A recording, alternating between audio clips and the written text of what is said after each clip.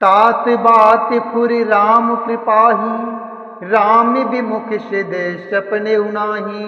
सकुचऊ तात कहते को बाता, अरध तजे हैं बुद्धि सर्वस जाता।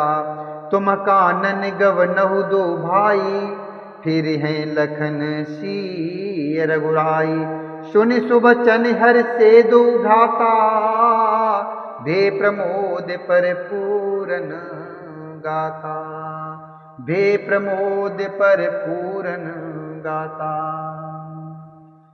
वे बोले, हे तात, बात सत्य है, पर है राम जी की कृपा से ही। राम विमुख को तो स्वप्न में भी सिद्धि नहीं मिलती। राम विमुख को तो स्वप्न में भी सिद्धि नहीं मिलती। हे तात, मैं एक बात कहने में सच चाहता हूं। बुद्धिमान लोग सर्वस्व जाता देखकर आधे की रक्षा के लिए आधा छोड़ दिया करते हैं। अतः तुम दोनों भाई भरत शत्रुघ्न वन को जाओ और लक्ष्मण सीता और श्री रामचंद्र जी को लौटा दिया जाए। ये सुंदर वचन सुनकर दोनों भाई हर्षित हो गए। उनके सारे अंग परमानंद से भरपूर हो गए। मन प्रसन्न तन तेजु विराजा, मन प्रसन्न तन तेजु विराजा। जनु जी राऊ राम भय राजा, जनु जी राऊ राम भय राजा। बहुत लावलो गनिल गुहानी, बहुत लावलो गनिल गुहानी। सम दुख सुख सब रोवहि रानी, कहीं भरत मुनि कहीं भरत मुनि। कहा सुकीने फलु जगु जीवन, अब मत दीने। कानन करऊं जन्म भर बासु, एहते अधिक न मोर सुपाशु।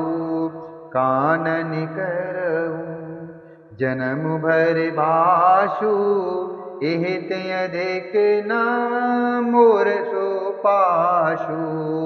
एहते अधिक न मोर सुपाशु। मन प्रसन्न तन तेजु विराजा, जनु जी राऊ राम भय राजा। उनके मन प्रसन्न हो गए, शरीर में तेज शोभित हो गया, मानो राजा दशरथ जी उठे हों और श्री रामचंद्र जी राजा हो गए हों। अन्य लोगों को तो इसमें लाभ अधिक और हानि कम प्रतीत होती है, परंतु रानियों को दुख सुख समान ही दिखते हैं। परंतु रानियों को दुख सुख समान ही थे। राम लक्ष्मण वन में रहें या भरत शत्रुघ्न, दो पुत्रों का वियोग तो रहेगा ही। यह समझकर वे सब रोने लगे। भरत जी कहने लगे, मुनि ने जो कहा वह करने से जगत भर के जीवों को उनकी इच्छित वस्तु देने का फल होगा। 14 वर्ष की कोई अवधि नहीं, मैं जन्म भर वन में वास करूंगा। मेरे लिए इससे बढ़कर और कोई सुख नहीं है। अंतर्जामी राम सी तुम सर्वज्ञ सुजान, जौपुर कहू तनात निज, कीजिए बचन प्रवान। श्री रामचंद्र जी और सीता जी हृदय को जानने वाले हैं और आप सर्वज्ञ तथा सुजान हैं। यदि आप यह सत्य कह रहे हैं तो हे नाथ, अपने वचनों को प्रमाण कीजिए और उनके अनुसार व्यवस्था कीजिए। भरत बचन सुनी देख सनेहू, भरत बचन सुन देख सनेहू। सभा सहित मुन भय विदेहू, सभा सहित मुनि भय विदेहू। भरत महामही माँ जल राशि भरत महामही, माँ जल राशि मुनि मत ठाड़ तीर अबुलासी, मुनि मत ठाड़ तीर अबुलासी।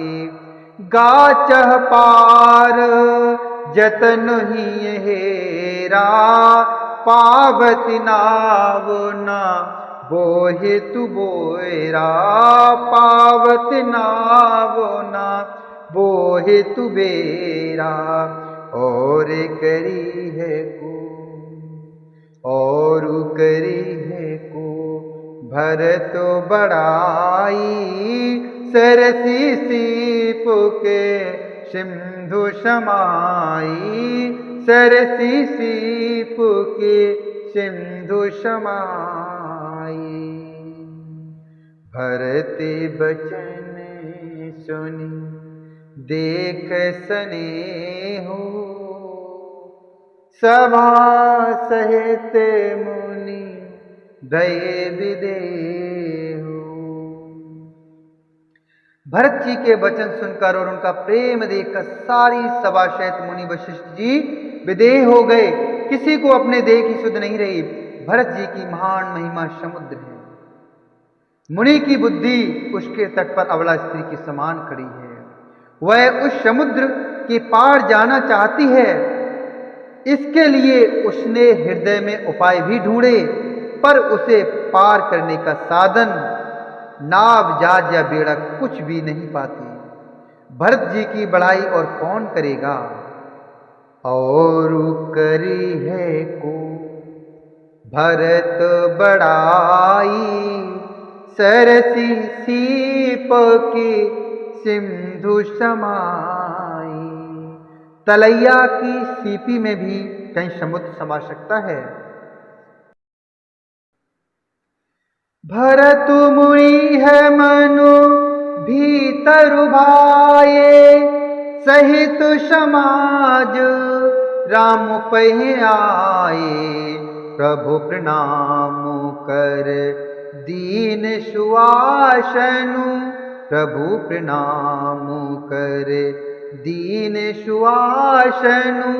बैठे सब मुनि सुनि अनुशासनु, बैठे सब सुने मुनि अनुशासन। भरत मुनि है मन भीतर भाए, सहित समाज राम पहि आए। प्रभु प्रणाम कर दीन सुआसनु, बैठे सब सुनि मुनि अनुशासन। बोले मुनि बरु बचनु विचारी, देश काल अब अनुहारी। सुनहु राम शरु भग्य सुजाना, धर्म नीति गुण ज्ञान निधाना। मुनि वशिष्ठ जी के अंतरात्मा को भरत जी बहुत अच्छे लगे और वे समाज से श्री राम जी के पास आए। प्रभु श्री रामचंद्र जी ने प्रणाम कर उत्तम आसन दिया। सब लोग मुनि की आज्ञा सुनकर बैठ गए। श्रेष्ठ मुनि देश काल और अवसर के अनुसार विचार करके वचन बोले, हे सर्वज्ञ, हे सुजान, हे धर्म नीति गुण और ज्ञान के भंडार राम सुनिए।